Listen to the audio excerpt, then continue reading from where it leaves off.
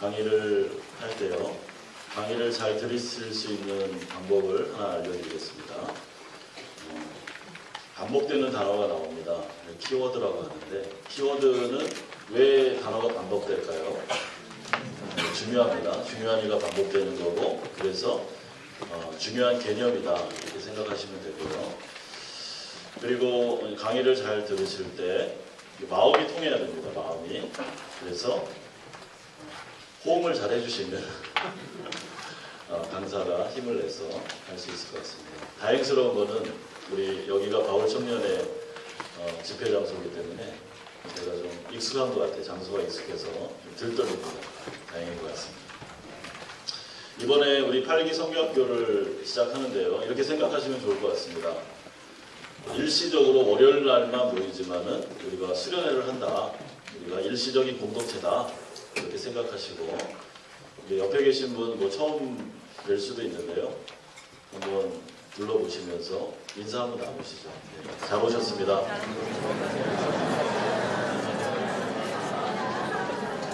우리 앞뒤로 그리스도의 심장으로 일어납시다. 이렇게 한번 인사 나누시기 바랍니다.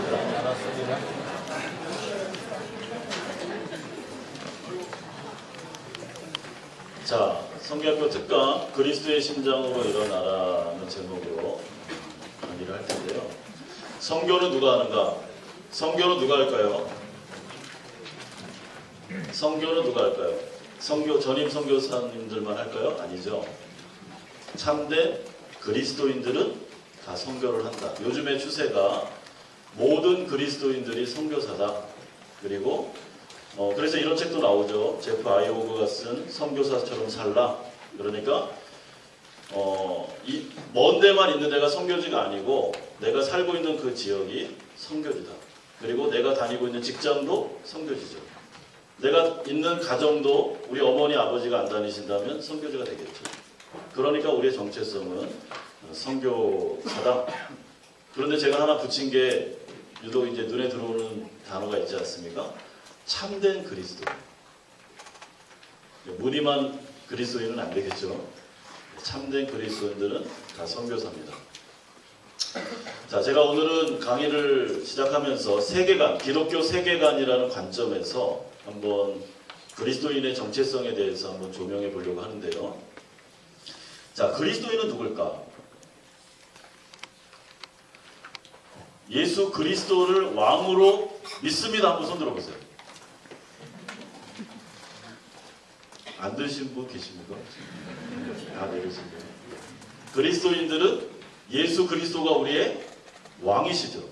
자, 그렇다면 그리스도인들은 이 세상에 살다가 하나님의 나라라는 곳으로 이민을 간, 소속이 옮겨진 사람들입니다. 자, 이 세상은 죄를 짓고 난 다음에 불법적으로 사탄이 정부하고 있죠. 그렇죠? 근데 하나님의 나라는 누가 왕이시죠? 하나님이 왕이십니다. 그리스도가 왕이십니다. 그러므로 우리는 하나님의 나라 백성들이 됐습니다. 몸은 여기 살지만 우리의 나라는 하나님 나라입니다. 예를 들어서 어떤 사람이 미국에 있는데 미국의 국적을 가지고 있는데 우리나라에 일시적으로 와서 한 3년 정도 산다. 그러면 그 사람의 국적은 어디죠? 미국입니다. 미국 사람입니다. 한국에는 그냥 나그네로 살다가 다시 본향으로 가야 되는 사람이에요. 자, 우리의 정체성은 하나님의 나라 백성이다. 소속이 옮겨졌다. 이런 거죠. 그런데 나라라는 개념은 세계관을 가지고 있습니다. 우리 요번에 이제 숙제를 할 건데요. 화해의 아이라는 요 책을 제가 골랐는데 다 받으셨습니까 혹시? 여기에 보면은 그 사위족이라고 그 식인종, 그 사람을 먹는 그 부족에 가서 이제 선교를 한 내용이 나옵니다. 그런데 이 사위족은 참 희한한 게 가장 미리 얘기하면 안 되는데 숙제해야 되는데 조금 맛보기. 자, 사위족은 참 희한한 게 가장 큰 미덕이 뭐냐? 그 부족의 미덕이 배반이에요. 그게 가장 큰 미덕이에요. 우리나라는 가장 큰 미덕이 뭐죠? 예? 의리 뭐 이런 아버지 나오지만은 예. 그래서 어떻게 하느냐면은 굉장히 막 그 간도 빼줄 정도로 친구한테 잘해줍니다. 너무너무 미덕을 막 베풀다가 잘해줄 목적이 있어요. 잡아먹으려고. 배반이죠, 배반. 그거를 미덕으로 삼고, 그래서 그게 이제 거기에 팽배에 있는, 너무 많이 얘기하면 안 되는데, 팽배에 있는 이제 민족의 그 부족인데, 그 부족을 예수 그리스도를 통해서 변화시킵니다. 그러니까 그 사람들의 세계관은 배반이 미덕이에요. 그래서 성경을 가르쳐 놨더니 예수님을 좋아하지 않고 누굴 좋아했냐? 가룟 유다를 좋아해요. 가룟 유다를 최고의 모델로 삼아요. 참 특이한 민족이죠. 그런데 이 세계관을 뚫고서 이 부족을 어떻게 예수 그리스도의 종으로 만들까 하다가 고민을 하다가 그 부족 안에 아주 귀한 뭐가 하나 있다는 걸 발견해요. 그리고 그거를 통해서 예수 그리스도를 전합니다. 그건 얘기 안 하겠습니다. 그러니까 무슨 얘기냐? 그 부족만 해도 자기들의 세계관이 있다는 거예요. 우리는 우리의 세계관이 있습니다. 그래서 우리가 미국에 가서 살거나 이민을 가면 굉장히 힘듭니다. 왜냐하면 살아가는 방식이 다르고 문화가 다르고 그렇기 때문에 달라요. 그래서 어렵습니다. 동일하게 하나님의 나라도 세계관이 있어요. 나라잖아요, 나라. 하나님의 나라는 세계관이라는 것은 삶의 방식이 달라요. 이 세상을 사는 방식이 있고 하나님의 나라 백성들이 사는 방식이 다르다는 거예요. 자, 하나님의 나라 백성들은 뭘로 사죠? 의인은 믿음으로. 우리는 뭘로 삽니까? 믿음으로 삽니다. 떡으로는요? 먹어야 돼요. 떡도 먹고 믿음으로 살고. 사람이 떡으로만 살 게 아니요? 하나님의 살아있는 말씀으로 살죠. 그러니까 하나님의 나라 백성들은 말씀으로 살죠. 말씀으로 산다는 게 뭘까? 말씀의 통치를 받는다는 거예요. 그러니까 하나님은 하나님 나라의 왕국의 왕이신데 말씀으로 통치합니다. 그래서 하나님의 백성들은 말씀을 못 들으면 힘을 못 내요. 살아있는 하나님의 말씀을 들을 때 힘이 납니다. 막 마음에서 불이 붙습니다. 우리는 말씀으로 삽니다. 삶의 방식이 다릅니다. 자, 이 세상에 있는 사람들은 말씀으로 삽니까? 떡으로 삽니까? 떡으로만 삽니다. 넌 크리스찬이 말씀으로 산다 그러면 안 돼요. 넌 크리스찬들은 먹고 사는 문제를 염려해야 됩니다. 염려 안 하면 굶어 죽어요. 하나님의 백성들은 염려하지 말라. 왜 염려하세요? 하지 말라 그랬는데 이 세상은 우리는 하나님의 백성들이고 하나님 우리의 영적인 아버지가 되시기 때문에 염려하지 말라. 내가 먹을 것과 입을 것을 줄게. 사는 방식이 다르죠. 그렇죠? 이게 바로 세계관입니다. 세계관이 다르다는 겁니다.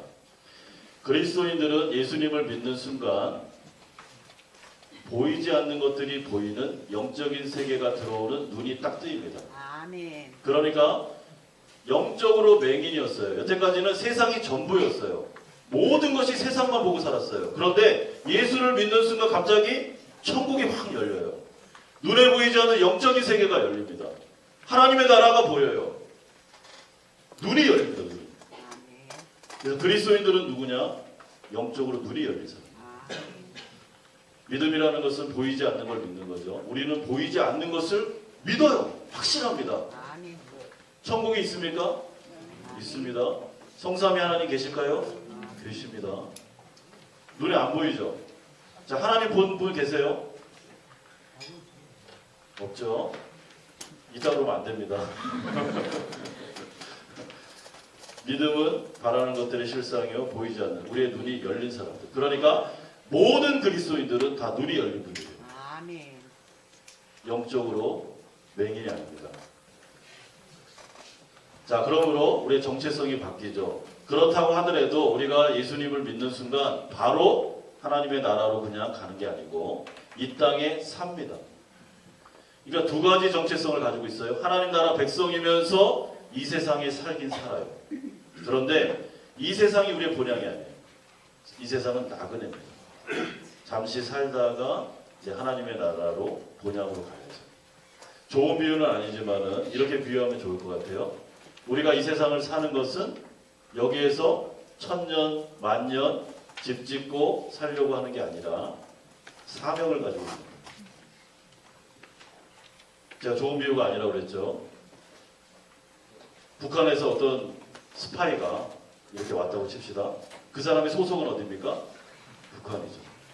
여기 와가지고는 자기들끼리 암호로 막 주고받아요. 마찬가지로 우리의 소속은 하나님의 나라고 이 땅 가운데는 우리가 들어와서 뭔가 사명을 가지고 살고 있다. 모든 그리스도인들. 이게 우리의 정체성입니다. 그래서 하나님의 나라에서 우리는 파송받은 자들이죠. 이 땅 가운데. 여러분들은 다 파송받은 자들이에요. 그래서 선교사예요. 어떤 분은 파송을 딱 받았네. 어디로? 가정으로. 갔더니 부모님도 안 믿으시고 자녀들도 안 믿고 이럴 때 내가 거기에 선교사가 되는 거예요. 하나님이 그 가정을 구원하라고 보낸 거죠. 저는요, 그 목회를 하기 전에 7년 정도 직장 생활을 했는데 참 희한한 게 제가 다녔던 직장에는 믿는 사람이 안 들어왔어요. 그래서 7년 동안 직장 생활을 하는데 크리스찬이 저밖에 없었어요. 그런 경우도 참 드문데 혼자 굉장히 외롭게 이렇게 생활을 했는데 직장에 계셨던 분들이 그런 얘기를 하더라고요. 나 목사님은 좀 다른 게 있다고. 뭐가 다르냐? 회식을 안 하고 맨날 예배 보러 간다. 그래서 한번 이제 물어봤어요. 저한테 예배가 진짜 재밌어요? 진지하게 물어보죠. 예배가 재밌어요? 그리고 제가 직장 다닐 때 이제 수련회마다 그 휴가마다 그 캠프를 했거든요. 청소년 캠프. 휴가를 반납하고 청소년 캠프하는 게 재밌어요? 그러게. 그래서 제가 진지하게 얘기해줬어요. 진짜 재밌다. 그렇게 재밌는 것다. 한번 맛을 보면 중독된다. 청소년 사역이 재밌을까요? 재밌어요. 힘들긴 무지 힘들어요. 근데 뭐가 재밌느냐? 그렇게 삐딱선 타던 애가 딱 바뀌는 걸 보면 이게 중독이에요. 그것만큼 기쁜 게 없어요. 한 번은 한 4명 정도가 5명 정도 일진회가 왔어요. 제가 이제 섬겼던 캠프에 일진회가 왔는데 얘네들은 인사를 할 때 안녕하세요 이렇게 인사 안 합니다. 안녕하세요 이렇게 보자마자 선생님 안녕하세요. 기부싸고 얘네들이 참 다행스러운 게 첫 번에 와가지고 캠프를 완전히 물을 흐려놓은 거예요. 그러니까 하나를 딱 집어가지고 꼬봉을 만들어 놓고 꼬봉을 만들어서 그 머리를 감을 때 자기는 머리를 감고 얘는 어떻게 해야 되냐면 샴푸를 이렇게 짜줘야 돼요. 캠프에 와가지고 기독교 캠프. 그리고 막 담배 피고 옥상에 가 있고 무진장 애를 보겠습니다. 3박 4일 동안. 그래서 우리 선생님들이 기도를 하면서 다음엔 안 오겠구나. 맨날 예배 시간이 졸고 찬양 시간에 찬양 안 하고. 근데 웬걸 다음에 또 왔어요. 근데 무려 얘네들이 5년을 왔어요. 5년. 4명이. 근데 얘네들이 참 희한하게 캠프를 한 해 한 해 할 때마다 뭐가 달라지냐. 눈빛이 달라져요. 처음에는 일이었거든요. 선생님 안녕하세요. 이랬거든요. 점점 눈이 막 양으로 바뀌면서 나중에는 선생님 이렇게 많아요. 징그럽게. 키도 되게 큰데. 근데 이제 얘네들을 제가 한 5년 정도 이렇게 만나서 하다가 헤어지게 됐죠. 헤어졌는데 한번 메일이 왔습니다. 저한테 그 기백이라는 아이가 아직도 이름이 생각이 나는데 걔가 짱이었거든요. 근데 얘가 이제 메일이 왔는데 그때는 제가 강도사였는지 목사님이고 제가 정확하게 기억을 안 나는데 저한테 그러더라고요. 목사라고 칩시다. 정확하진 않지만 목사님 제가 아프리카에서 선교사님 도우면서 그 빈민가에서 그 선교 활동을 하고 있대요. 와 기쁘죠. 중독됩니다. 이걸 한번 맛보면 중독이 돼. 그리고 이제 연대에 가서 문화센터에 가서 자기가 선교를 준비하고 있다. 이런 얘기를 하더라고요. 아이들이 변화됩니다. 우리가 살고 있는 모든 각처, 여러분들이 가고 계신 학교나 직장이나 어디나 여러분들은 파송받은 자예요. 선교사. 전임 선교사만 선교사가 아닙니다. 그 기독교의 세계관 중에 아주 뭐 어떻게 보면은 교과서적인 책이 있는데요. 그리스도의 비전이라는 이 책인데 아주 좋은 책입니다. 한번 읽어보시면 좋을 것 같은데, 기독교 세계관이라는 게 뭐냐면은 하나님 나라 관점에서, 영원의 관점에서 인생을 이제 바라보기 시작합니다. 우리가 하나님 나라 백성이 되기 때문에 관점이 바뀌어요. 자, 중요한 단어가 나왔습니다. 뭐가 바뀝니까? 관점이 바뀝니다. 그러니까 바라보는 관점이 달라집니다. 그러니까 예수님을 믿기 전에는 어떤 것을 바라볼 때 이런 시각으로 바라봤는데, 예수님을 믿고 하나님 나라 백성이 돼서 다시 그거를 바라보니까 관점이 달라집니다. 예를 들어서 이런 겁니다. 돈이 있습니다. 돈이 있는데 예수님을 믿기 전에 바라봤던 그 돈에 대한 것과 예수님을 믿고 난 다음에 하나님의 백성이 돼서 바라보는 관점이 다르다는 거예요. 비중도 다르고 가치도 달라져요. 왜? 세계관이 바뀌었어요.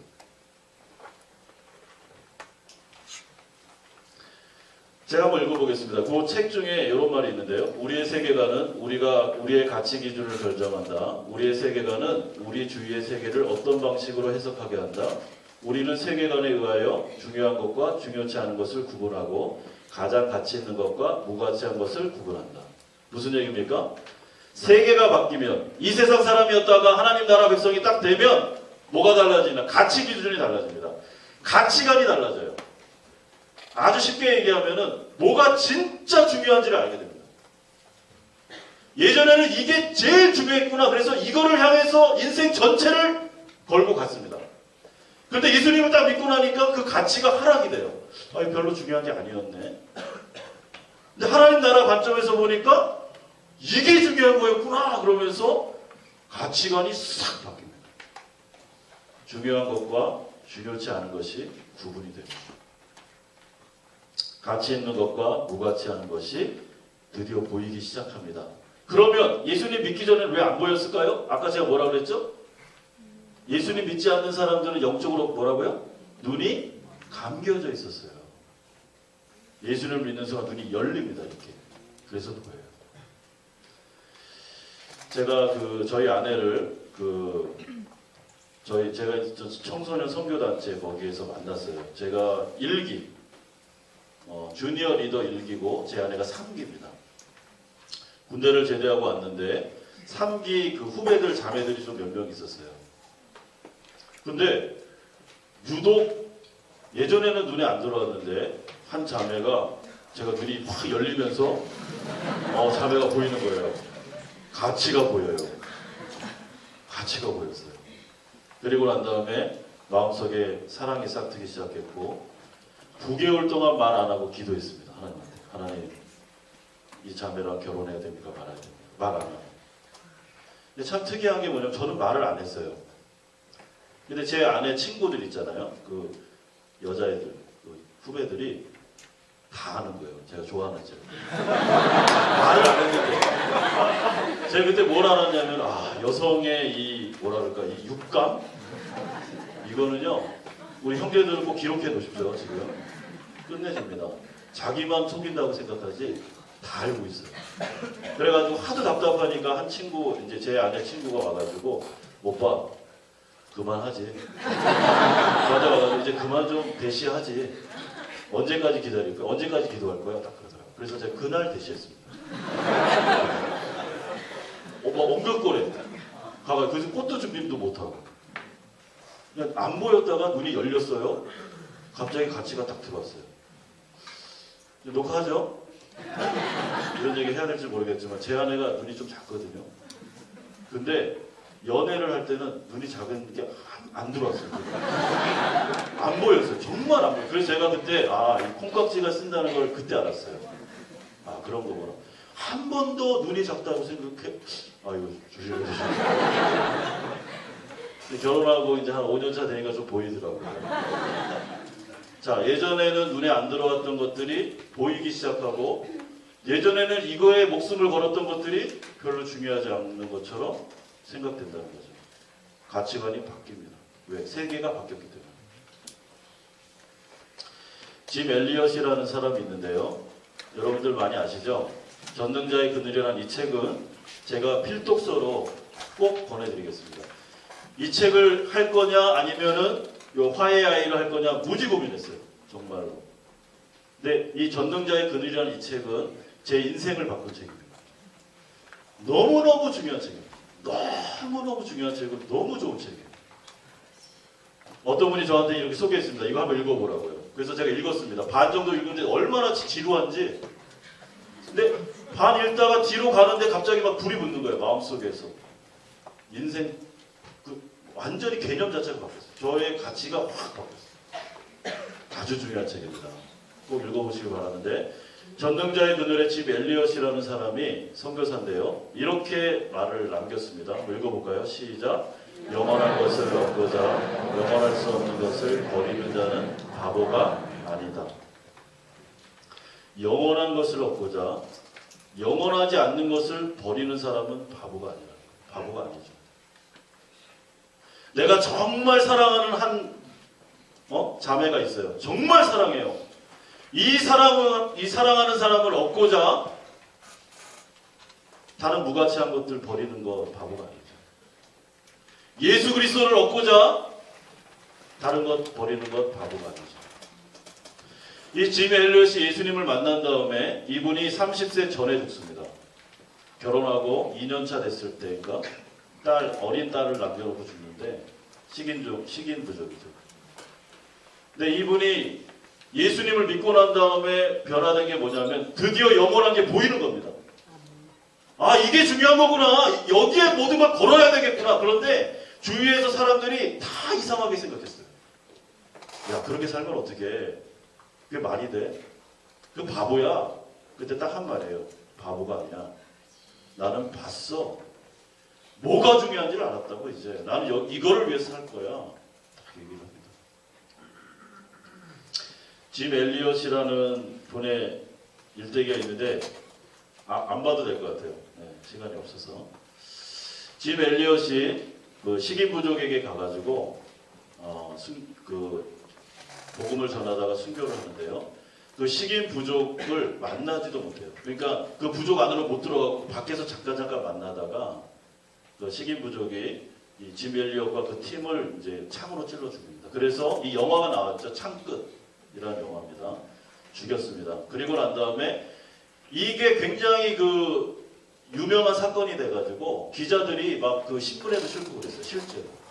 근데 한 기자가 그 짐 엘리엇의 부인에게 이렇게 와서 자기가 쓴 그 기사 내용을 이제 얘기를 했습니다. 뭐라 그랬냐면 이 무슨 낭비입니다.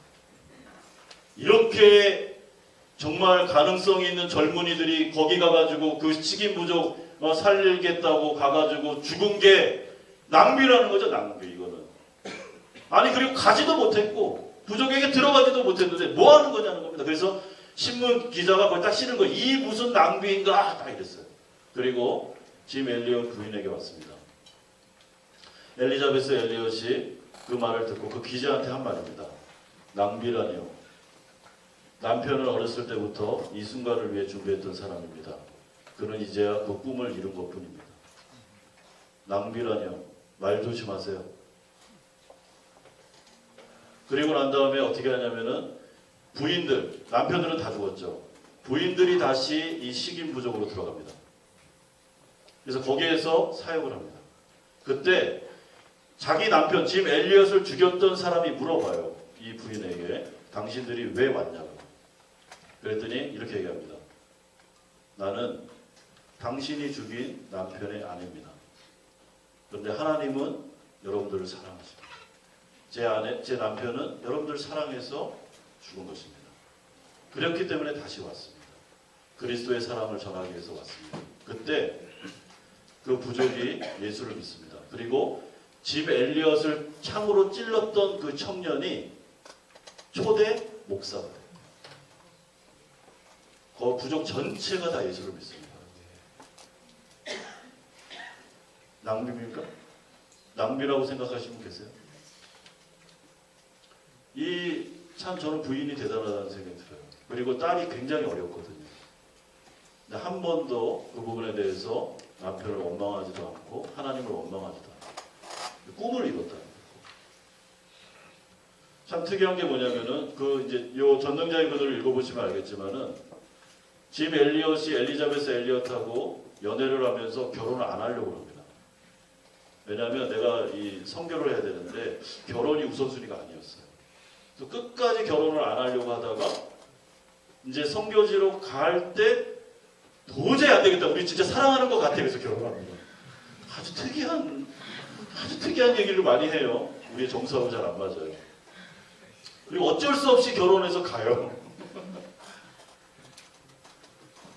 자, 누가복음 12장 16절에서 19절에 보면 이런 말씀이 있어요. 한 부자가 그 밭에 소출이 풍성하매 심중에 생각하여 이르되 내가 이렇게 하려나 내 곡간을 헐고 더 크게 짓고 내 모든 곡식과 물건을 거기에 쌓아두리라. 어느 날 어느 해에 농사를 졌는데 농사가 너무 잘 된 겁니다. 그래가지고 뭐 이거 어떻게 할까 하다가 오케이 딱 해가지고 그 창고를 하나 더 진 거예요. 그래서 요번에 소출이 2배, 3배니까 그거를 다 쌓아놓은 겁니다. 이렇게. 어느 부자가. 예수님의 비유죠. 그리고 난 다음에 이 부자가 이렇게 얘기해요. 우리 같이 한번 읽어볼까요? 시작. 또 내가 내 영혼에게 이르되 영혼아 너의 쓸 물건을 많이 쌓아두었으니 평안히 쉬고 먹고 마시고 즐거워져 하리라. 그래놓고 창고에다가 이제 곡식을 다 쌓아놓은 다음에 이 부자가 막 배를 치면서 내 영혼아 아하하 먹고 마시고 하자. 근데 이 당시에 부자는 바리새인일 가능성이 큽니다. 그러니까 제가 좀 이렇게 상상력을 동원해서 내 영혼아 주여 감사합니다 할렐루야 하나님 너무너무 감사합니다 이랬어요. 근데 주님의 말씀이 과감이죠. 하나님은 이르시되 어리석은 자요 오늘 밤에 내 영혼을 도로 찾으리니 자기를 위하여 재물을 쌓아두고 하나님께 대하여 부유하지 못한 자가 이와 같으니라. 자, 이 세상의 관점으로, 이 세상의 가치관, 이 세상의 세계관으로 봤을 때는 이 부자 청년이 어리석습니까? 지혜롭습니까? 최고로 지혜롭죠. 최고로 지혜롭죠. 이런 사람이 지도자죠. 지도자. 지금으로 말하면 책 쓰고 그렇죠. 성공하는 8가지 비결 뭐 이런 거 쓰고요. 사인해주고. 최고로 지혜로운 사람이죠. 근데 하나님의 나라 관점으로 보니까 어떻게? 최고로 어리석다. 왜요? 가치관이 달라요. 그거 쌓아놓고 너 죽으면 어떻게 되냐는 거예요. 주님의 말씀이 뭡니까? 뭐가 중요합니까? 돈이 중요합니까? 네 영혼이 중요합니까? 부자의 영혼이 중요하죠. 영혼이. 가치관이 다르다고요. 가치관. 이 어리석은 자야. 네 영혼을 챙겨야지. 영혼을. 지금 돈 쌓아놓다고 영혼이 보장되냐? 그 얘기를 하는 거예요. 예수님한테 부자 청년이 한번 찾아왔습니다. 이 청년은 엘리트 중에 엘리트고 부자였고 종교 지도자였습니다. 근데 살다 보니까 마음이 너무 공허한 거예요. 그래서 예수님한테 와서 예수님 영생을 얻으려면 어떻게 해야 돼요? 딱 그랬어요. 그랬더니 예수님이 율법을 다 지켜 그랬어요. 근데 아싸 율법에는 또 일가견이 있거든요. 다 지켰는데 딱 그랬어요. 이제 된 거죠? 딱 그랬어요. 그래서 예수님이 아 그래? 네가 하나가 딱 부족하다. 뭐가 부족하냐면 네가 가지고 있는 재물 있잖아. 그거를 가난한 사람들한테 다 줘. 그리고 나를 따라와. 너에게 부족한 게 아니라 너는 나와 상관이 없거든. 나의 제자가 돼야 된다. 그랬어요. 그때 이 부자 청년이 예 감사합니다. 영생의 길을 알려주셨군요. 할렐루야. 제가 따라가겠습니다. 따라간 게 아니고 깊이 근심하면서 예수님을 떠나갑니다. 그때 예수님이 떠나가는 그 청년을 바라보면서 너무나도 마음이 아파하시면서 영생의 코앞까지 왔다가 딱 가자. 문을 열면 되는데 못 들어가. 자, 부자 청년이 이 세상의 관점으로 보면 엘리트죠. 돈 많죠. 가진 거 다 가졌어요. 하나 없어요. 가진 거 다 가졌고 딱 하나 없다고. 영생만 없어요. 근데 주님의 말씀은 네가 가장 어리석다. 이제 세계관이라는 건 뭐냐면 눈이 열리는 거예요. 예전에는 영생, 예수님, 하나님의 나라, 뭐 선교, 영혼 관심 없었어요. 오로지 이 세상이 전부였다고요. 그러니까 이 세상이 가치 있다고 생각했으니까 이걸 향해서 전력 질주를 했다고요. 근데 어느 순간 예수님을 만나고 나니까 눈이 확 열렸어요. 가치가 들어오는 거예요. 아, 이게 중요한 거였구나. 아, 영혼이 중요하구나. 근데 우리 아버지는 예수 안 믿고 있구나. 어떡하지? 삶이 바뀌죠. 그래서 크리스찬들이 이 세상을 살 때 혼동이 오는 겁니다. 굉장히 마음속에 갈등이 많아요. 왜? 가치관의 충돌이 일어납니다. 마음에서. 그러면서 이제 성장하면서 버릴 걸 버리게 되죠. 기독교 세계관이라는 것은 이 책에서 그리스도인의 비전이라는 책에서 이거는 뭐 모든 세계관을 얘기하는 사람 학자들은 다 얘기하는 건데요. 창조, 타락, 구속입니다. 요 관점으로 이 세상을 보는 것입니다. 그런데 넌 크리스찬들은 이 관점으로 못 봅니다. 그렇죠? 창조 안 믿잖아요. 뭐 타락 안 믿어요. 구속 그런 게 어디 있습니까? 그러니까 이 세상 사람들은 이런 관점으로 이 세상을 안 봅니다. 자기 인생도 안 보고요.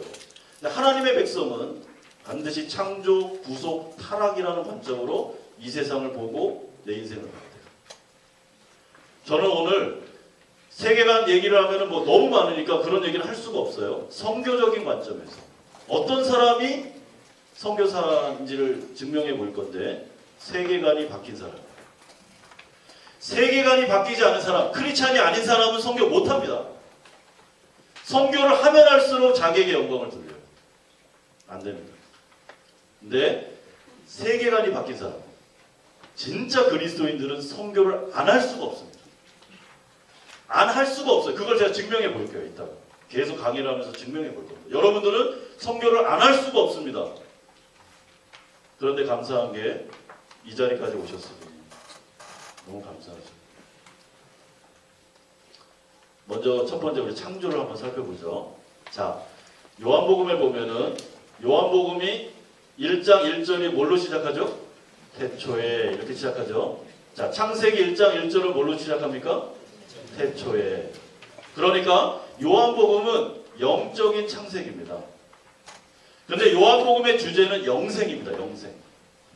근데 사도 요한이 요한복음을 딱 이제 내가 영생에 대해서 여러분들에게 알려주겠습니다 하면서 어디로 사람들을 끌고 가냐면 태초로 끌고 갑니다. 태초로. 근데 여기서 태초라는 것은 온 세계가 만들어지지 않았을 때, 아무것도 없었을 때를 말하는 겁니다. 자, 아무것도 없었을 때 스스로 존재하셨던 분이 계셨죠. 누가 계셨어요? 성삼위 하나님은 계셨죠. 성삼위 하나님 피조물이 아니죠. 스스로 존재하시고 스스로 계시는 분이십니다. 성삼위 하나님이 계셨어요. 요한 사도가 하는 말이 태초에 성삼위 하나님이 계셨다는 거예요. 그런데 삼위일체 교리인데 성삼위 하나님은 공동체로 계십니다. 한 분이시지만 삼위가 있어요. 이걸 다 설명할 수가 없습니다. 지금은 공동체로 계세요. 자, 공동체라는 걸 이겁니다. 하나님은 요한일서에 보면 하나님은 사랑이시라 이러죠. 왜 하나님은 사랑이시라 그럴까요? 자, 제가 한번 여쭤보겠습니다. 사랑이라는 것은 혼자 있을 때 사랑이 됩니까? 안 되죠? 사랑이라는 그 개념 자체가 반드시 누가 있어야 돼요? 상대방이 있어야지 사랑이 되는 거예요. 그때부터는. 그렇죠? 제가 만약에 우리 인류에 아무도 없어요. 저 혼자 살아요. 저 혼자. 그럼 저는 누구랑 사랑이 강대상하고 사랑할까요? 안녕. 잘 잤니? 안 돼요. 그러니까 사랑이시라 하는 그 말 속에는, 사랑이라는 말 속에는 관계라는 게 포함되어 있습니다. 관계. 하나님이 사랑이시라는 것은 하나님의 존재 자체가, 본성 자체가 공동체를 이루고 계셨다는 거예요. 사랑의 공동체였죠. 근데 그 안에 뭐가 있었습니까? 영생이 있었습니다. 영생.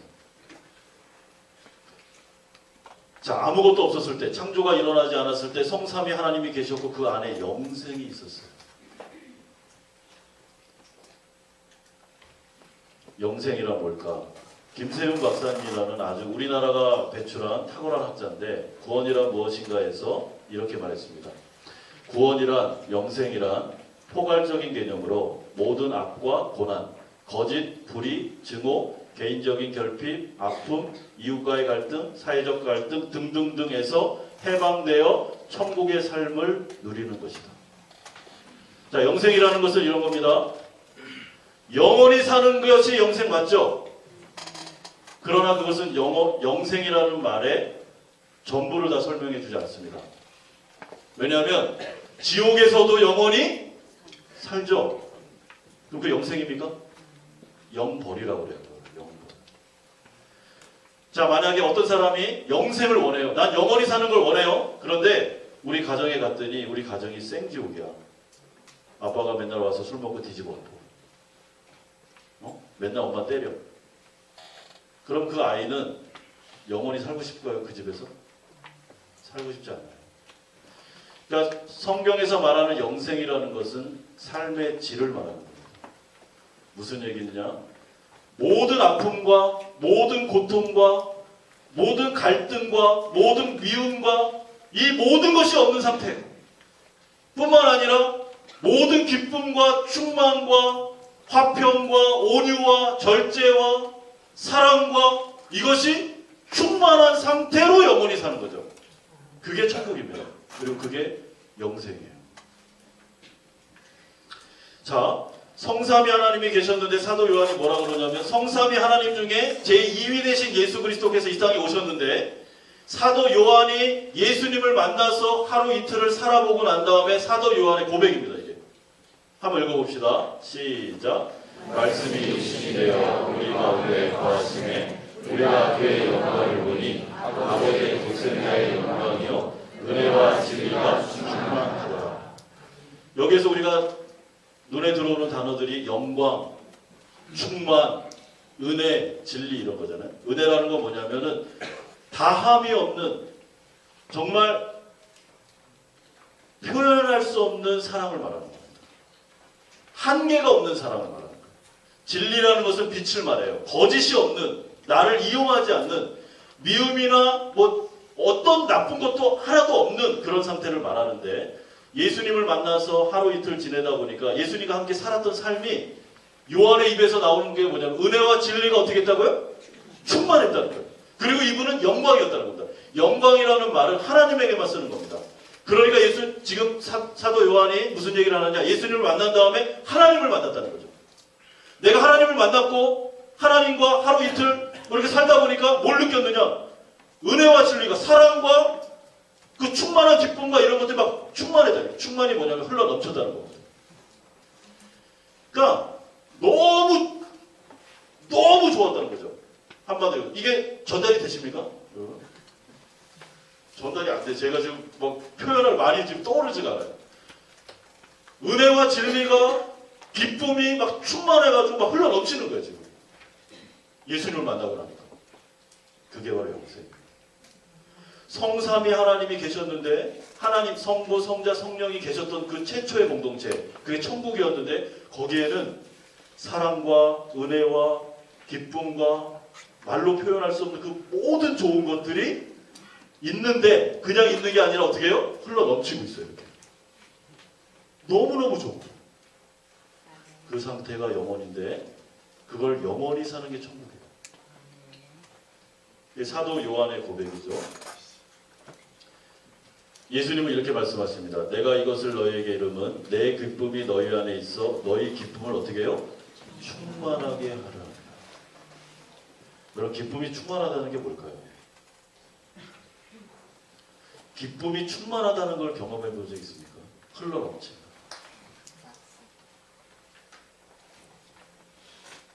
이게 천국인데. 근데 우리가 이 세상을 살다 보면 가끔 가다가 아주 짧은 순간 그렇게 경험하는 적이 있어요. 기쁨이 흘러넘치는. 이게 영원히 지속되는 게 천국이죠. 그리고 이게 영생입니다. 교회는 그의 몸이니 만물 안에서 만물을 충만하게 하시는 게 충만이라. 충만이 계속 나오고 흘러넘친다. 뭔가가 지금 흘러넘치고 있죠. 갈라디아서 5장에 보면 성령의 9가지 열매가 나옵니다. 같이 한번 읽어봅시다. 시작. 사랑과 희락과 화평과 오래 참음과 자비와 양성과 충성과 온유와 절제. 이게 성령 충만이죠. 그러니까 최초에 계셨던 성부, 성자, 성령 하나님의 공동체 안에는 지금 말했던 이런 덕목들이 흘러넘치고 있었다. 그리고 그렇게 영원히 살고 있는 거예요. 너무 좋았죠. 베드로가 한번 변화산에서 이걸 경험합니다. 예수님이 변화되는 모습을 보면서 영광을 체험해요. 그리고 난 다음에 베드로가 너무 흥분한 나머지 자기도 모르는 사이에 이런 고백을 해요. 주여, 우리가 여기 있는 것이 좋사오니 만일 주께서 원하시면 내가 여기서 초막셋을 짓고 하나는 주님을 위해서, 하나는 모세를 위해서, 하나는 엘리야를 위해서. 무슨 얘기입니까? 집 짓고 여기 살고 싶다는 거예요. 산 밑으로 내려가기 싫다는 거예요. 너무 좋다는 거예요. 한번 경험해 보면은 이렇게밖에 말할 수가 없다는 거죠. 제가 한번 그 청소년 캠프를 할 때 맛을 본 적이 있습니다. 이 천국의 맛을. 한번 이 캠프를 하고 있었는데 그때 선생님들이 별로 없어가지고 옷들이 좀 벗어도 되겠습니까? 제가 1인 5역을 했어요. 찬양 인도를 하고 진행팀을 하고 뭘 하고 1인 5역을 하면서 3박 4일을 했는데 마지막 날에 되니까 번아웃이 됐어요. 완전. 그런데다가 애들이 말을 되게 안 들었어요. 그래서 어떤 생각이 들었냐면 그런 생각이 들었어요. 야, 내가 휴가 다 반납하고 그리고 이제 저희는 선생님들도 회비를 내거든요. 회비를 내고 왔는데 애들 말 되게 안 듣고 나는 번아웃 되고 이게 뭐냐. 그래서 마지막 집회, 마지막 날 마지막 집회를 하는데 찬양 인도자였지 않습니까? 근데 완전히 번아웃이 돼가지고 밥을 먹는데 찬양 인도를 하고 싶지가 않아요. 그래가지고 콘티를 짜놓은 거를 오늘 제가 비밀을 다 공개하네요. 찢어버렸어요. 너무 하기 싫어가지고 찬양 인도. 그래서 딱 찢어버리고 그냥 주님이 인도하신 대로 한다. 그 앞에 딱 섰습니다. 아이들 다 모르죠. 아무도 모르고 찬양팀도 모르고. 찬양을 하는데 얼마나 눈물이 나는지 찬양을 앞에서 하는데요. 왜 눈물이 났을까요? 서글퍼서. 그러니까 은혜 받아서 눈물 나는 게 아니라 너무 내가 서글프고 나 지금 뭐 하고 있냐, 은혜도 안 되고 이렇게 했어요. 그리고 이제 찬양이 다 끝나고 이제 강사분이 설교를 쫙 했습니다. 그리고 난 다음에 그 강사분이 오셔가지고 오늘은 우리가 형식에 구애받지 말고 동그랗게 서가지고 한번 찬양을 해봅시다 이래요. 왜요? 그랬더니 오늘 뭔가가 이상하대. 성령이 역사할 것 같아. 정말 제 마음속에 어떤 뭐 냉소가 있었거든요. 무슨 역사는 무슨. 그리고 난 다음에 실제로 이제 하자니까 그래가지고 이렇게 둘러서가지고 그때 한 100명 정도 있었습니다. 이렇게 모였는데 모여서 제가 이제 기타를 치면서 찬양을 하는데 찬양을 딱 시작했습니다. 찬양을 첫 곡을 딱 시작하는데 성령이 부어지는데 그런 건 처음인 것 같아요. 진짜. 이 기타를 이렇게 치고 있잖아요. 근데 하늘이 확 열리는 것 같아요. 열린 건 아니고요. 열리는 것 같았어요. 그리고 몸이 이렇게 딱 뜨는 것 같아요. 이렇게. 그리고 너무 기쁘니까 이 기쁨이 그러니까 제가 왜 이거를 이렇게 얘기하냐면 우리가 이런 분위기를 만들지 않았다는 걸 제가 말씀을 드리는 겁니다. 완전히 번아웃된 상태였어요. 완전히 번아웃된 상태에서 기쁨이 충만한 상태까지 가니까 조절이 안 되더라고요. 조절. 그래서 선생님들이 그런 분들이 아닌데 굉장히 이성적인 선생님들인데 다 앞에 나오셨어요. 이분들이. 무대에서 막 뛰면서 찬양을 하는데요. 저희 캠프 그런 캠프 아니거든요. 굉장히 이성적인 캠프인데 근데 애들이 어떠냐면 기차를 만들었어요. 기차를. 그래가지고 그 집회 장소를 막 뛰어다니면서 한 1시간 반을 찬양했는데 한 10분 찬양한 것 같아요. 성령이 얼마나 붓는지. 그리고 어떤 애들이 이제 찾아왔어요. 와가지고 막 선생님 뭐 파는 것 같아요. 이거. 나 담배 피는데 막 파는 것 같아요. 미치겠대. 그래서 이게 뭐냐 도대체 이게 뭐냐. 성령이 역사하는 거다. 가만히 있어. 이거 하나님한테 기도해. 기도하고. 1시간 반 정도를 저는 그런 기쁨을 경험해 본 적이 없어요. 정말 태어나서. 그리고 이 세상이 주는 기쁨이 아니에요. 그걸 말씀드릴 수 있습니다. 내가 만든 기쁨도 아닙니다. 완전히 번아웃 됐다가 정말 이렇게 찬양을 하고 다 끝났는데도 이 흥분이 조절이 안 돼가지고 딱 앉았는데 제 후배가 와가지고 형 뭐 좋았지 막 이렇게 했는데 말을 하고 싶지 않더라고요. 속으로 나 말하고 싶지 않다. 그냥 내버려둬. 그러니까 이게 막 이게 빼앗기기 싫으니까. 근데 얘는 자꾸 말을 거는 거예요. 좋다고. 일단 보내놓고. 그러고 났는데 이제 아이들이 너무 흥분을 하니까 그 각자 이제 방으로 갔거든요. 방에 가가지고 그때 이제 그 캠프장이 그 창문이 창호지였습니다. 창호지. 얘네들이 이거 창호지를 다 찢은 거예요. 너무 흥분을 해버리니까 청소년이. 그래가지고 제가 또 진행팀이었지 않습니까? 가가지고 다 나와. 그래가지고 애들 한 2번 굴리고 나서 기분이 싹 사라졌어요. 맛을 본 거죠.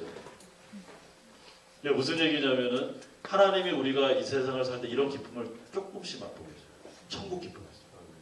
여러분 다 있을 겁니다. 다 있을 거예요. 말을 안 해서 그렇지 다 있다고, 경험이 있다고요. 어떤 수련회를 갔는데 내려가기 싫어. 그런 적이 있어요. 기도 가운데 눈 뜨기 싫어. 이런 적이 있다고요. 찬양하는데 계속 찬양하고 싶을 때가 있습니다. 기쁨을 들고. 여러분들한테 말씀드릴 수 있는 게 뭐냐면 그 찰나의 기쁨 있죠? 그 찰나의 기쁨이 영원히 되는 게 천국이다. 그런데 그 찰나의 기쁨, 내가 이 세상을 살 때 하나님이 맛보게 해준 천국의 기쁨이 영원히 되는데 C.S. 루이스가 한 말은 그 기쁨이 그냥 그 강도로 영원히 되는 게 아니라 점점 더욱더 강해지면서 그게 천국이에요. 강도가 강해지면서 풍성해지면서 기뻐지면서 그러나 미치지 않는 영원히 죽지 않아요. 여러분 영원히 만년을 살았는데 또 영원히 있고 10만 년을 살았는데 또 영원히 있는데 주체할 수 없는 기쁨이 있는 거죠. 사도 요한이 예수님을 딱 만났는데 그 기쁨을 경험한 겁니다. 이건 뭐지? 이 세상에서는 경험할 수 없던 그걸 경험한 거죠. 조나단 에드워드라는 사람이 하나님의 열심이라는 이 책도 굉장히 좋은 책입니다. 근데 거기서 무슨 얘기를 했냐면 제가 창조 얘기를 하고 있죠 지금. 제가 한번 읽어드리겠습니다. 하나님 안에는 모든 가능한 선에 무한한 충만, 모든 완전함, 모든 탁월함, 아름다움, 무한한 행복의 충만이 있기에 이런 충만을 밖으로 전달하고 발산하는 것은 본질적으로 당연하다. 무슨 얘기입니까? 완전한 기쁨, 완전한 충만, 이게 막 흘러넘치고 완전한 행복이 있기 때문에 성삼위 하나님 안에 있었던 그것을 밖으로 흘려보내는 것은 당연하다는 겁니다. 그래서 뭐가 일어난 거라고요? 창조가 일어난 겁니다. 그래서 여러분 창조라는 것은 아무 계획이 없다가 그냥 하나님이 우리 심심한데 창조해볼까? 그래서 만든 게 아니고 성삼위 하나님의 공동체가 너무 좋은 거예요. 너무 기쁜 거예요. 너무 영광스럽고 완벽한 행복 가운데 있는 거예요. 그러니까 하나님은 사랑이시니까 우리끼리 너무 좋은데 어떤 마음이 든 거예요? 누군가를 초대하고 싶은 거예요. 그래서 창조가 일어나요. 근데 창조가 막 흘러넘치면서 창조의 꽃은 누구죠? 인간입니다. 인간. 인간을 만드는데 왜? 사랑의 대상이 필요했잖아요.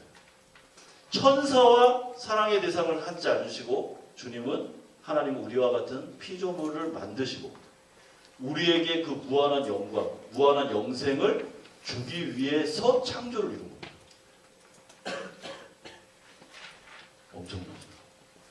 여러분 그러니까 창조라는 것은 저기 인류학자들이 말하듯이 뭐 진화론, 뭐 원숭이 이런 얘기를 하면 안 돼요. 말이 안 돼요. 예를 들어서 이렇습니다. 우리가 지금 성교학교를 하고 있습니다. 그런 거가 됐습니다. 제가 조장입니다. 근데 우리가 이렇게 막 조모임을 하고 있는데 막 하다 보니까 성령이 역사하면서 너무 좋은 거예요. 우리 조가. 우리 조가 막 너무 좋아. 예를 들어서요. 진짜 좋다는 게 아니라 너무 좋아. 정말 여기가 천국 같아요. 그럼 우리 집사님이 어떤 마음이 들겠어요? 누군가를 이 조에 데려오고 싶겠죠. 왜요? 그게 당연하다는 거예요. 예를 들어서 저 이제 바울 우리 청년회 소속이니까 우리 바울 청년회가 너무 좋아. 너무 좋아. 천국이야. 예를 들어서 그러면 내 친구를 데려오고 싶겠어요? 안 데려오고 싶겠어요? 왜 데려오고 싶겠어요? 너무 좋으니까요. 너무 좋으니까. 우리 아버지하고 우리 어머니는 이 기쁨을 몰라. 우리 아버지하고 어머니는 예수 안 믿고 지금 지옥으로 가고 있어. 근데 나는 이게 너무 좋아. 이 천국을 알았어. 데려오고 싶겠죠. 문제는 뭐예요? 말을 안 들어요. 이게 문제지만 제가 이 선교라는 걸 그리스도인들은 선교를 해야 된다 하면서 이 창조 얘기를 왜 하냐면요. 이 기쁨을 모르면, 이 천국의 기쁨을 모르면 성삼위 하나님에 있었던 그 영광, 완벽한 행복, 완벽한 아름다움, 완벽한 선, 사랑과 희락과 양성과 오래 참고 이것이 막 흘러넘치는 이 천국을 한 번이라도 경험을 못해본 사람은 선교 못합니다. 왜요? 기독교가 재미가 없는데, 나도 싫은데, 나도 무거운 짐인데, 나도 맨날 예배 드리는 게 힘든데 누구한테 가서 같이 힘들자 우리 이렇게 하겠습니까?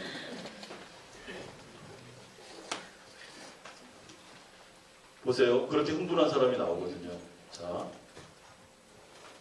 넘어가 보죠. 자, 여기 빌립이라는 사람이 나오는데 우리 같이 한번 읽어봅시다. 시작. 빌립이 나다나엘을 찾아 이르되 우리가 만났으니 요셉의 아들 나사렛 예수니라. 나다나엘이 이르되 나사렛에서 무슨 선한 것이 날 수 있느냐? 빌립이 이르되 와서 보라. 빌립이 예수님을 만났습니다. 12제자죠. 제자 중에 한 명입니다. 만났는데 예수님을 만나니까 사도 요한이 고백했던 똑같아요. 은혜와 진리가 충만해요. 천국이에요. 이분은 천국이라고요. 너무 좋았어요. 이분하고 있는데 하루 이틀 지냈는데 와, 이 세상에서 맛볼 수 없는 천국을 맛본 거예요. 그분의 입에서 나오는 메시지가 다 진리예요. 그리고 이분은 은혜가 넘쳐요. 너무 사랑이 많아요. 천국이었다고요. 그때 딱 떠오른 게 나다나엘, 내 친구 데려와야 되겠다. 딱 갔어요. 야, 나다나엘 일로 와. 가자. 내가 메시아를 만났어. 너무 좋았어. 너무 좋았어. 너에게도 알려주고 싶어. 가자. 딱 그랬더니 하지 말아야 될 얘기를 한 거예요. 빌립이. 뭐라 그랬습니까? 나사렛 출신이야. 근데 나다나엘이 냉소적으로 딱 한마디 하죠. 야, 나사렛에서 무슨 선한 게 나냐? 거기서 무슨 뭐 천국이고 뭐고 아유 그게 뭐 말이나 되냐? 그때 빌립이 한마디를 딱 합니다. 뭐라 그럽니까? 와 봐! 그런 얘기 하지 말고 와서 그냥 봐! 이게 무슨 얘기야? 너도 와서 경험해봐 이거지. 왜? 자기가 경험했으니까. 경험을 안 하면 신앙이 굉장히 냉소적이에요. 그런데 천국을 한번 경험해 본 사람, 천국의 맛을 본 사람, 예수님을 만나서 예수님과 교제 가운데 그 충만을 경험해 본 사람은 전도할 때 창조는 어떻고 뭐 이런 얘기 안 합니다. 와봐. 야, 동부교회 와봐. 바울 청년에 와봐.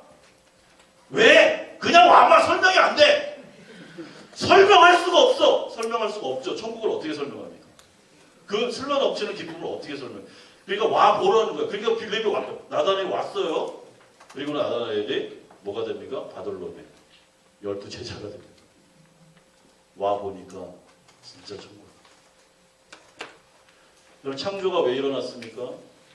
창조는 하나님의 나라 천국이 너무 좋아서 이 영생이 너무 좋으니까 성삼위 하나님이 우리끼리 이런 말을 써도 될지 모르겠지만은 우리끼리 누리면 안 되지.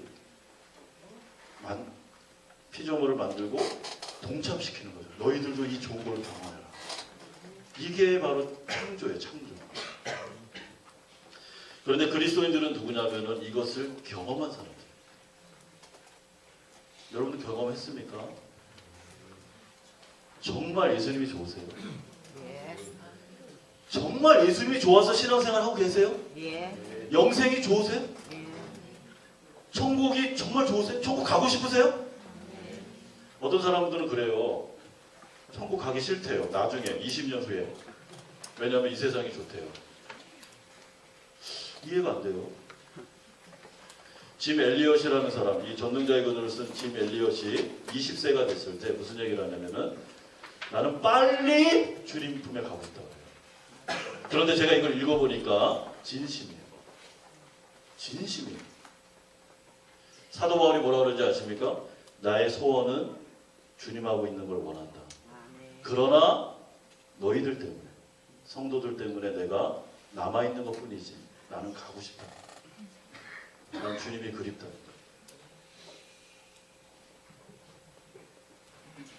누가 선교를 할까요?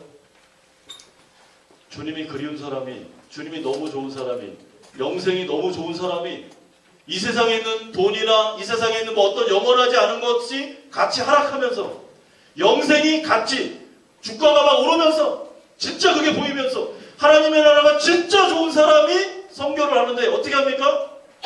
드디어 이거를 경험하지 못하는 영혼들이 눈에 들어오는 거죠. 나는 너무 좋은데 이 영혼들은 죽어가고 있잖아요. 그러니 어떻게 합니까? 빌립처럼 와봐라. 제발 와봐라. 짐 엘리엇이 그 살인부족에게 왜 갑니까? 자기는 목숨이 안 아깝습니까? 근데 마음속에 막 계속 불붙는 거예요. 내가 그렇게 사랑하는 예수님을 이 살인부족들은 모르고 한 번도 못 들어봤다는 거예요. 한 번도. 예수님이란 예자도 못 들어봤대요. 그 소식을 들어요. 막 불이 붙는 거예요. 어떡하지? 내가 가서 전해야지. 억지로 가지 않았다는 것을 이 책을 읽으면 아시게 될 겁니다. 목사는 누가 목사가 될까요? 억지로 목사하면 안 돼요. 예수님 때문에 미쳐야죠. 너무 좋아요. 설교 시간에 말씀을 전할 때 말씀이 너무 좋고 생명의 말씀, 그래야 성교가 돼요. 또 하나의 관점은 타락입니다. 타락. 자, 그런데 이 창조가 그렇게 일어났는데 인간이 죄를 짓습니다. 그리고 난 다음에 결과가 뭐냐? 하나님과 이웃 간의 관계가 끊어집니다. 여러분, 죄라는 게 뭘까요? 죄라는 것은 관계가 끊어지는 겁니다. 제가 한번 여쭤보겠습니다. 죄의 목록을 말씀드릴게요. 자, 살인, 관계를 돈독하게 해줍니까? 끊습니까? 끊죠. 간음, 끊죠. 미움, 끊죠. 시기, 끊죠. 질투, 끊죠. 다 끊는 거예요. 그러니까는 지옥이라는 게 뭐냐면 죄의 결과는 고립이에요. 결국 고립. 하나님과의 관계가 끊어지고 이웃 간의 관계가 끊어져요. 그러니까 죄는 사랑의 반대말입니다. 죄가 있는 곳에는 사랑이 없어요. 그게 인간이 처한 타락의 결과. 타락의 결과. 그리고 난 다음에 죄는 우리에게 사망을 가져왔습니다. 우리는 죽습니다. 이게 우리가 처한 운명입니다. 모든 사람이 다 죽습니다. 예수 믿지 않아요. 구원이란 무엇인가? 김세용 박사님이 쓴 건데요. 여기에 이런 말씀이 있습니다. 자, 타락한 이후에 인간의 모습을 보여주는 건데, 인간이 온 우주를 창조하신 하나님의 무한한 자원을 스스로 끊어버린 결과, 죄를 통해서 인간은 자기 속에 내재한 극도로 제한된 자원에 갇히게 되었다. 자, 요거를 설명해 드리면 요거를 보면 됩니다. 그리하여 인간은 길어야 100년이라는 제한된 시간을, 영혼에 비하면 순간에 불과한 시간을 살아가게 되었는데, 제한된 자원과 제한된 힘으로. 자, 이런 거죠. 자, 우리가 타락한 다음에 하나님하고의 관계가 끊어졌습니다. 그리고 난 다음에 바로 지옥으로 가는 게 아니고, 모든 인간은 하나님하고 관계가 끊어진 상태로 어느 정도의 시간을 살아요. 이 세상에서. 어떤 분은 100년을 살고, 어떤 분은 뭐 5년을 살다가 죽는 분도 있고, 어린아이에 죽는, 어쨌든 살아요. 그런데 관계는 끊어졌습니다. 근데 우리가 관계는 끊어졌지만 제한된 자원이 있어요. 우리가 창조를 받은 사람이기 때문에 이런 겁니다. 이 세상이요, 죄가 들어오고 난 다음에 관계가 끊어졌음에도 불구하고 이 세상에 아름다움이라는 게 있어요. 매력이라는 게 있습니다. 그럼 죄라는 것은 아무나 그냥 짓는 게 아니에요. 죄가 달콤하니까 짓는 거예요. 그 안에도. 근데 장미꽃이 어떤 장미의 원 가지에서 끊어진 것 같은 상태가 됐다는 거죠. 인간의 처지가 이렇게 됐다는 거예요. 자, 여쭤보겠습니다. 시간이 흘렀습니다. 그럼 이 꽃은 어떻게 될까요? 시들다가 어떻게 돼요? 정말요? 정말요? 잘 살지 않을까요? 죽습니다. 시간이 흐르면 죽어. 이게 모든 인간의 운명입니다. 예수 믿지 않는 타락한 결과입니다. 그러니까 우리는 예수 믿지 않은 사람, 넌 크리스찬들을 생각해 봅시다. 그러면 지금 살려고 살고 있는 거예요? 죽으려고 살고 있는 거예요? 죽으려고 살고 있는 거예요. 마치 여기 낭떠러지가 있는데 길을 걸어가고 있는데 낭떠러지를 향해서 걸어가고 있는 거예요. 그게 예수를 믿지 않는 사람들의 현실입니다. 이게 성경의 세계관이에요. 이 세상 그렇게 가르치지 않죠. 제한된 시간 속에서. 근데 문제가 뭐냐면 타락한 후에 우리에게 치명적인 결과가 하나 나타나는데 눈이 딱 멉니다. 이렇게. 영적으로 눈이 감겨요. 그렇기 때문에 영원한 세상도 모르고 예수님도 안 보이고 구원받을 수 있는 가능성이 없어집니다. 눈이 감긴 상태에서 낭떠러지를 향해서 걸어가는 거하고 똑같은 거예요. 그러니까 치명적이죠. 이게 타락의 결과죠. 근데 더 치명적인 게 있습니다. 그게 뭐냐면 우리가 이 세상을 살 때 하나님의 백성도 그렇지만 넌 크리스찬들은 더더욱 세 가지 적이 있는데 사탄과 죄와 세상이 우리를 공격합니다. 이게 이제 성경에 나오는 세계관입니다. 그런데 사탄은 세상을 잡고 있죠. 그리고 죄는 우리 안에 들어와서 우리를 지배하고 있습니다. 근데 여기도 할 얘기가 많지만 세상과 사탄과 죄가 우리를 공격하는, 특별히 넌 크리스찬들을 공격하는 가장 중요한 게 딱 하나 있습니다. 그게 뭐냐면은 세상에게만 집중하게 만듭니다. 세상에게만 집중하게 만들어요. 눈을 못 들게 만들어요. 그러니까 다른 거 보지 말라는 겁니다. 영원 이런 거 생각하지 말라. 그냥 이 세상에 모든 관심을 다 쏟고 가치관을 거기다 두고 이 세상만 바라보면서 가는, 이게 영적으로 눈이 감긴 상태죠. 그리고 그거를 독려하고 그거를 부추깁니다. 이 세상은 가치 중립적이지 않아요. 이 세상은 사탄이 잡고 있고 죄가 물들어 있기 때문에 어떤 방향성을 가지고 가고 있는데 넌 크리스찬이나 크리스찬이나 똑같이 이 세상에만 몰두하게 만든다. 다른 생각을 하지 말라는 거예요. 그리고 이 세상에 몰두할 때 기뻐하죠. 아까 제가 서두에 그 얘기를 했죠. 어리석은 부자 얘기를 했습니다. 창고를 졌습니다. 거기다 두고 내 영혼아 이제 먹고 마시자 안심하라 했을 때 누가 박수를 쳤겠어요? 하나님이요? 아니요. 사탄이 박수를 다 쳐줘요. 좋았어. 오케이. 하나님은 눈물을 흘립니다. 그러니까 굉장히 이게 어려운 문제예요. 타락하고 난 다음에 우리가 구원받는다는 건 기적이에요. 이 세상에게만 집중하라는 거죠. 네, 주님이 이렇게 경고하셨습니다. 노아의 때에 된 것 같이 인자의 때에도 그러하리라. 노아가 방주에 들어가던 날까지 사람들이 먹고 마시고 장가들고 시집가더니 홍수가 나서 그들을 다 멸망시켰으며. 자, 마지막 때를 얘기하면서 경고합니다. 무슨 얘기입니까? 노아의 때와 똑같을 거라는 거예요. 지금도. 그런데 노아의 때의 특징을 얘기해 주는데 사람들이 먹고 마시고 장가들고 시집가고. 자, 나쁜 겁니까 이거? 나쁜 거 아니잖아요. 우리 해야 되잖아요. 근데 왜 주님은 이거를 가지고 문제를 삼습니까?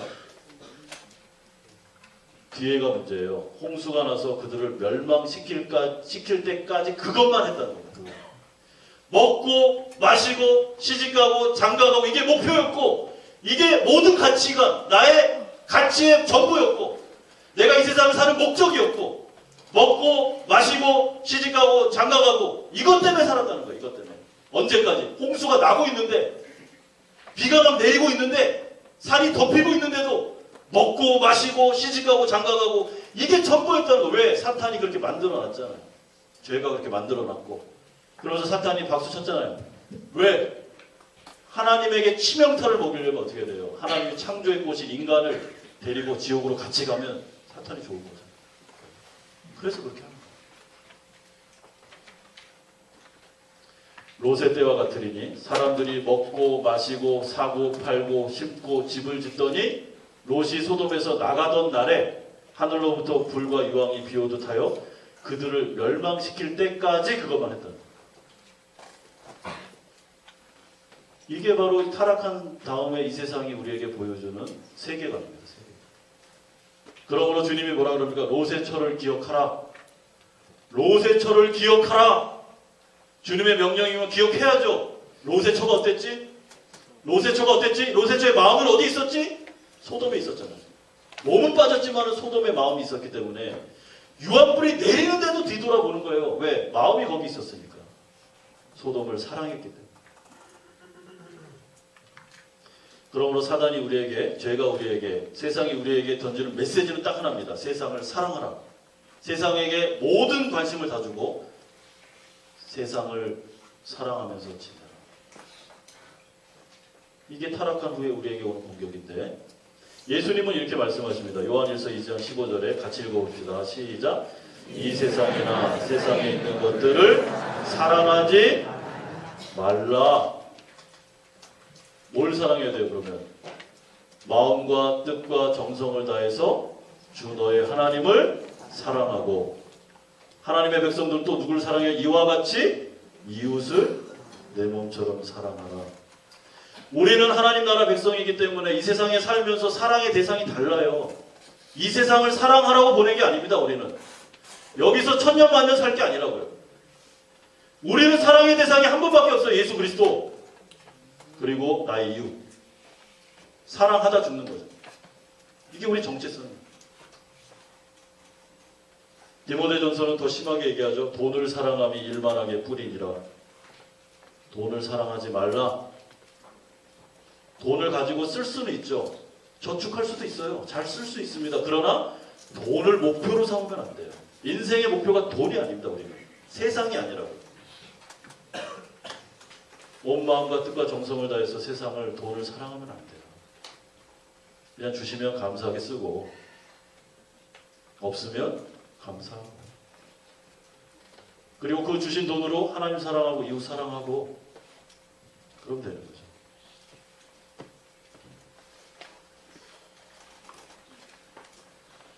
자, 타락이라는 관점에서 누가 선교를 할 수 있습니까? 타락한 후에 세상을 볼 줄 아는 사람, 눈이 열린 사람이 선교를 할 수 있어요. 가치관이 달라져요. 우리는 이 세상에서 이제 이 세상을 사랑하고 여기에서 뭔가를 실현하려고 사는 사람들이 아니에요. 우리는 하나님의 나라를 파송받는 거예요. 이 타락이라는 걸 모르면 하나님의 백성이라고 하면서도 이 세상에 마음 다 주고 삽니다.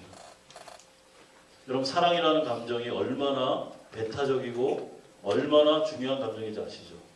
예를 들어서 제가 제 아내가 이제 결혼하기 전에 제 아내가 있었고 제 아내 친구가 있었어요. 두 사람 사랑할 수 있습니까, 제가? 안 되죠. 사랑이라는 감정은 한 사람만 가요. 제가 제 아내 이름이 지혜인데, 지혜야, I love you. 결혼하자. 내 친구한테, 지혜 친구한테, 현수가 I love you. 결혼하자. 우리 셋이 잘 살자. 뭘 잘 삽니까? 잘 살기를. 그러면은 지혜가 뭐라 그래야 돼요? 성엽이 오빠, 한 사람만 택하여. 한 사람만 택하라고. 그게 정답이에요. 누가 이 세상에서 선교할 수 있느냐? 이 세상이 보여야 돼요. 이 세상이 영원하지 않구나. 영원한 게 아니구나. 타락한 이후에는 장미꽃이 시들어서 죽는 것처럼 그렇게 되고 있구나. 그리고 사람들의 운명이 그렇구나. 저렇게 예쁘고 저렇게 엘리트인 내 후배가 나중에 장미꽃이 시들어서 죽을 운명에 있구나. 걔를 부러워하는 게 아니라 걔를 불쌍히 여겨야죠. 얘 어떡하지, 얘? 딱 와가지고, 형! 나 애 뿔까! 부럽지요? 조금 부러운데, 그래도 너 예수 믿어야지. 너 안 그러면은 양떨어지 떨어지는데. 세계관이 바뀌어야 돼요. 이 세상을 사랑하면은 하나님 나라가 안 보여요. 자, 마지막으로 우리가 구속의 관점에서 한 번만 살펴보고 마칠 텐데요. 사도 바울에 대한 예를 들고 제가 마치려고 합니다. 자, 구속. 사도 바울은 거듭납니다. 언제 거듭나냐? 다메섹에서 거듭납니다. 다메섹에서 예수님을 만납니다. 어느 날 예수를 추종하는 사람들을 잡아 죽이려고 다메섹을 이제 통과하고 있었을 때 갑자기 하늘에서 빛이 비춥니다. 그리고 사도 바울이 그 빛을 봅니다. 그리고 음성을 듣습니다. 네가 왜 나를 핍박하느냐. 살아계신 예수님의 음성이었어요. 그런데 사도 바울이 그 빛을 본 다음에 눈이 딱 옵니다. 그렇죠? 육신적으로 눈이 멀었어요. 영적으로 눈이 어떻게 됐어요? 열립니다. 육신적으로 눈이 딱 오는 순간 영적으로 눈이 확 열렸어요. 그리고 살아계신 예수님을 봅니다. 그리고 회심합니다. 여러분, 이 사건이 왜 중요하냐면은, 자, 사도 바울이 다메섹에서 살아있는 예수를 봤다는 것이 왜 중요하냐. 여태까지는 예수님은 하나님의 아들도 아니고 예수가 한 말은 다 거짓말이었고 부활은 없고 예수 믿는 추종자들이 이단이고 저거 완전 다 처치해야 되고, 이 가치관을 가지고, 이 세계관을 가지고 예수 믿는 사람들 잡아 죽이려고 가고 있었어요.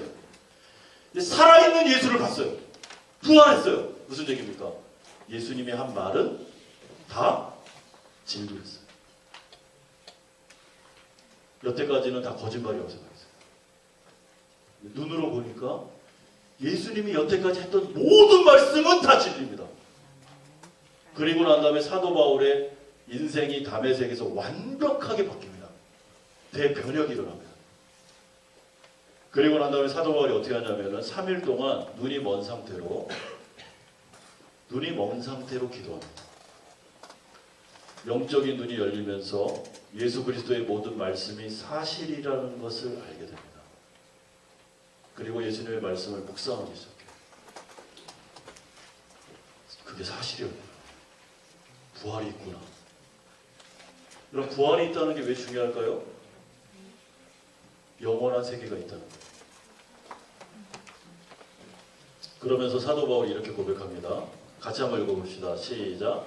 만일 그리스도 안에서 우리가 바라는 것이 다만 이 세상의 삶뿐이면 모든 사람 가운데 우리가 더욱 불쌍한 자니라. 사도 바울이 예수 그리스도 부활하신 예수님을 딱 본 다음에 자신의 세계관, 가치관이 다 무너집니다. 완벽하게 다 무너져요. 그리고 예수님의 말씀으로 세계관을 다시 쌓습니다. 그리고 난 다음에 사도 바울의 인생이 바뀌어요.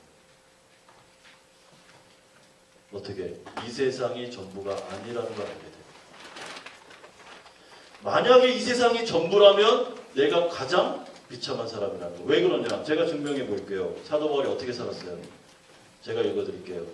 내가 수고를 넘치도록 하고 옥에 갇히기도 더 많이 하고 매도 수없이 맞고 여러 번 죽을 뻔하였고 유대인들에게 40에서 하나 감한매를 5번 맞았고 3번 태장으로 맞았고 1번 돌로 맞았고 3번 파선하고 일주야를 깊은 바다에서 지냈고 수고하고 애쓰고 여러 번 자지 못하고 줄이고 목마르고 여러 번 굶고 춥고 헐벗었다.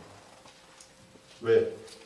예수님을 전하기 위해서 죽어가는 영혼들을 살리려고 이런 인생을 살았어요. 어디서 변화됐다고요? 다메섹에서. 예수가 살아있었습니다. 예수님이 하신 말씀이 다 맞았어요. 부활이 있습니다. 그리고 지옥이 있습니다. 천국이 있어요. 그리고 난 다음에 사도 바울의 인생이 바뀝니다. 세계관이 완전히 바뀌어요. 그리고 난 다음에 예수를 위해서 삽니다. 이제 예수님이 목표가 됩니다. 왜? 이분이 살아있고 이분이 왕이고 이분이 하나님의 아들이고 이분이 존재 이유고. 아까 우리 소환 형제가 찬양 인도할 때 그 얘기를 했죠. 성교가 뭐라고요? 존재 이유가 예수라고요. 예수님에게 완전히 미쳤다는 말을 쓰긴 좀 그렇지만 예수님에게 완전히 사로잡힌 거죠. 사도 바울은 이제 사는데 왜 삽니까? 내가 사는 것은 그리스도를 위해 사는 거예요.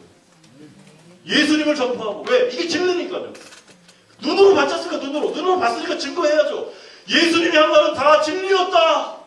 예수님의 말을 들어야 된다. 그래야 우리가 영생을 얻는다.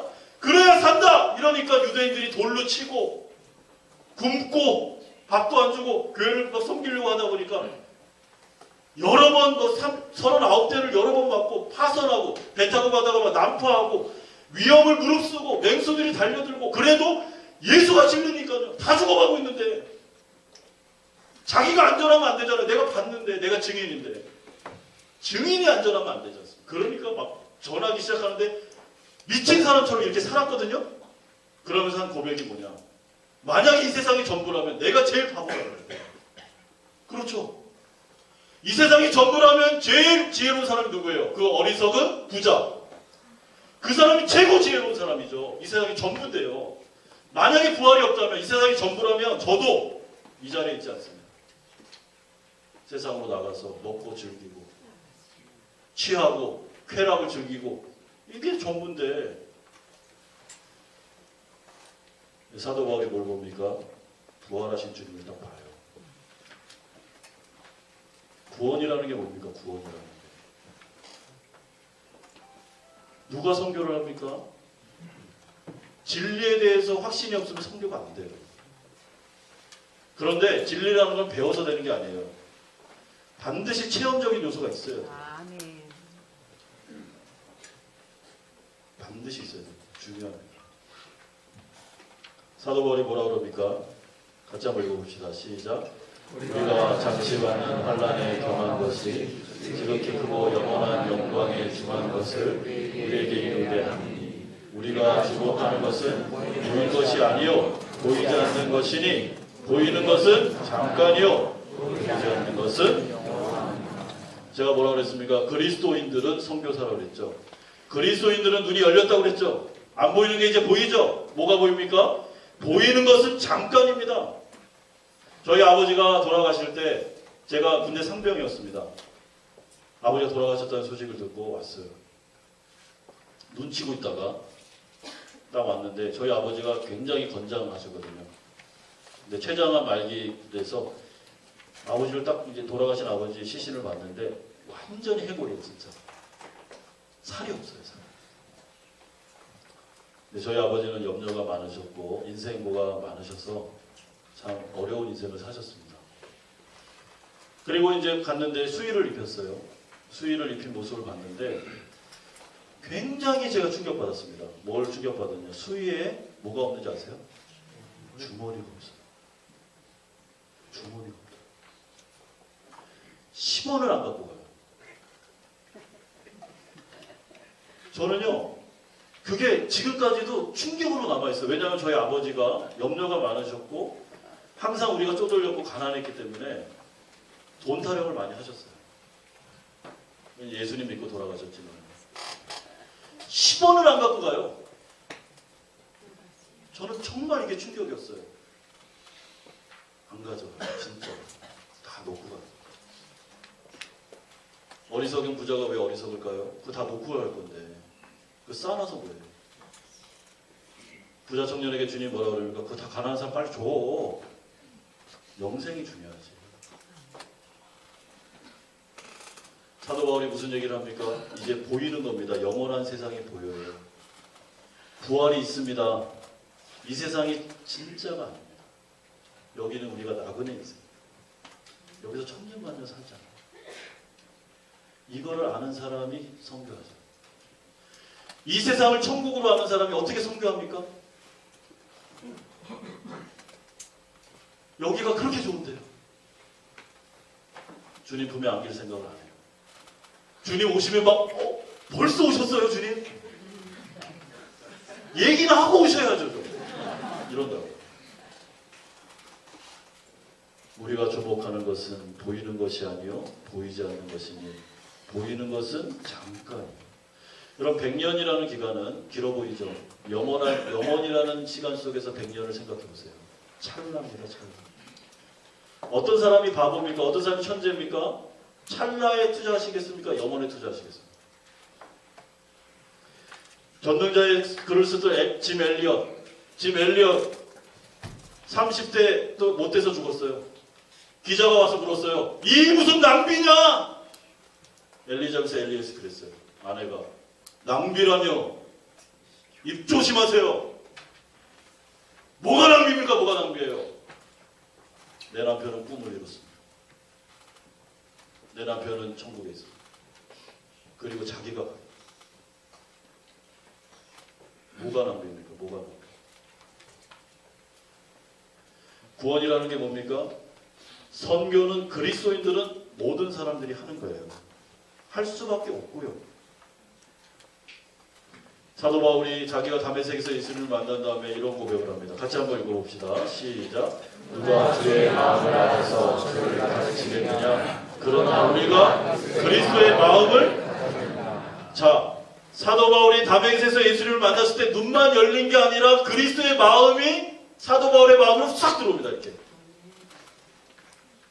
이런 엄청난 얘기를 하죠. 너희 안에 이 마음을 품으라. 곧 그리스도 예수의 마음이니 사람의 모양으로 나타나사 자기를 낮추시고 죽기까지 복종하셨으니 십자가에 죽으셨던 그 마음이 내 마음으로 들어왔다. 십자가에서 왜 죽으셨죠? 누구 때문에? 우리 때문에. 근데 더 엄청난 얘기를 합니다. 같이 읽어봅시다. 시작. 내가 예수 그리스도의 심장으로 너희 무리를 얼마나 사모하는지 하나님이 내 증인이시니라. 에베소서가 아닙니다. 빌립보서 못합니다. 내가 예수 그리스도의 심장으로 너희를 사랑한다. 다메섹에서 예수님을 만난 사람은 눈이 열리면서 어떻게? 심장이 바뀌었어요. 예수의 심장이 이식이 됩니다. 그리스도인들 여러분들의 심장은 이제 여러분들의 심장이 아니야. 옛날 여러분들의 심장이 아니고 그리스도의 심장이 여러분들의 심장으로 다 이식이 돼 있다고요 지금. 그러니까 자 심장이 바뀌었으니까 피가 누구 피가 돌아야 돼요? 그리스도의 피가 돌아야죠. 하나님의 피가 돌고 있죠. 자 하나님의 피는 무슨 피죠? 사랑의 피죠. 예수님이 십자가에 돌아갔을 때 병사가 와가지고 옆구리를 쫙 찔렀습니다. 이렇게. 그때 여기에서 피와 물이 쏟아졌어요. 그때 마틴 로이드 목사님이 무슨 얘기를 하냐면 예수님의 사인은 찔러서 죽은 게 아니라 심장 파열이다 그 얘기를 했습니다. 그게 맞는지 안 맞는지는 모릅니다. 근데 굉장히 유명한 말이기 때문에 제가 그 말을 하는 거예요. 예수님이 십자가에서 죽으셨을 때는 고통 중에 죽은 게 아니라 심장이 터져버렸다는 겁니다. 심장이 터졌어요. 왜? 우리를 사랑하니까. 너무 사랑하니까 심장이 터져버렸어요. 터진 심장이 우리한테 들어왔다. 그리스도인들은 예수님의 심장을 다 가지고 있는 분들이에요. 그런데 그 심장이 예수님의 심장이 뛰고 있는데 창고에 딱 져놓고 내 영혼아 잘 먹고 잘 살자 그러면 가가지고 그 심장은 누구 심장이에요? 물어봐야 돼요. 안녕하세요. 그 심장 누구 심장이죠? 예수님의 심장은 이렇습니다. 예수께서 나오사 큰 무리를 보시고 그 목자 없는 양 같은 분이 나여 불쌍히 여기사 나는 선한 목자라 선한 목자는 양들을 위하여 목숨을 버리거니와. 하나님은 사랑이시라. 요한일서 이 말이 끝나는 겁니다. 하나님은 사랑이셨어요. 사랑이셨기 때문에 창조가 일어났습니다. 사랑이기 때문에 구속이 일어난 거예요. 그래서 구속을 재창조라고 합니다. 하나님은 사랑이시라. 우리를 사랑하셨기 때문에 십자가에서 심장을 터뜨리셨어요. 그리고 그 심장을 우리에게 줬습니다. 그리고 마태복음에 보면 뭐라 그러죠? 네가 그 심장을 가지고 가서 제자 삼으라. 너희들만 영생을 갖지 말고 죽어가는 영혼들을 바라봐라. 그 심장을 가지고 가서 그 사람들도 영생을 얻어야지. 이 세상이 전부가 아니지. 이번에 주제가 그리스도의 심장으로 일어나라는데 여러분들에게 그리스도의 심장이 있으십니까? 심장이 뛰고 있습니까? 지금? 누구 심장인가? 그리스도의 심장이라면 하나님을 사랑하고 이웃을 사랑합니다. 돈을 사랑하고 세상을 사랑하는 심장은 그리스도의 심장은 아니죠. 참 재밌는 게 사람의 심장을 마음을 하트로 표현하죠. 왜 그럴까요? 사랑이에요. 사랑. 결국 그리스도의 사랑이 우리에게 이식이 됐어요. 그러므로 우리는 이제 성교가 가능합니다. 이번에 8기 성교학교를 이제 시작하면서 기독교 세계관 창조 구속 타락. 여러분들 그리스도인 맞죠? 그렇다면 생각하셔야 돼요. 피가 끓어야 돼요. 일어나야 됩니다. 어디를 향해서? 돈을 향해서? 영혼을 향해서. 영혼이 가장 중요합니다. 영혼. 영혼은 영혼이 사는 것입니다. 하나님의 나라를 위해서 여러분의 인생을 투자하시길 바랍니다. 우리 같이 한번 기도하겠습니다.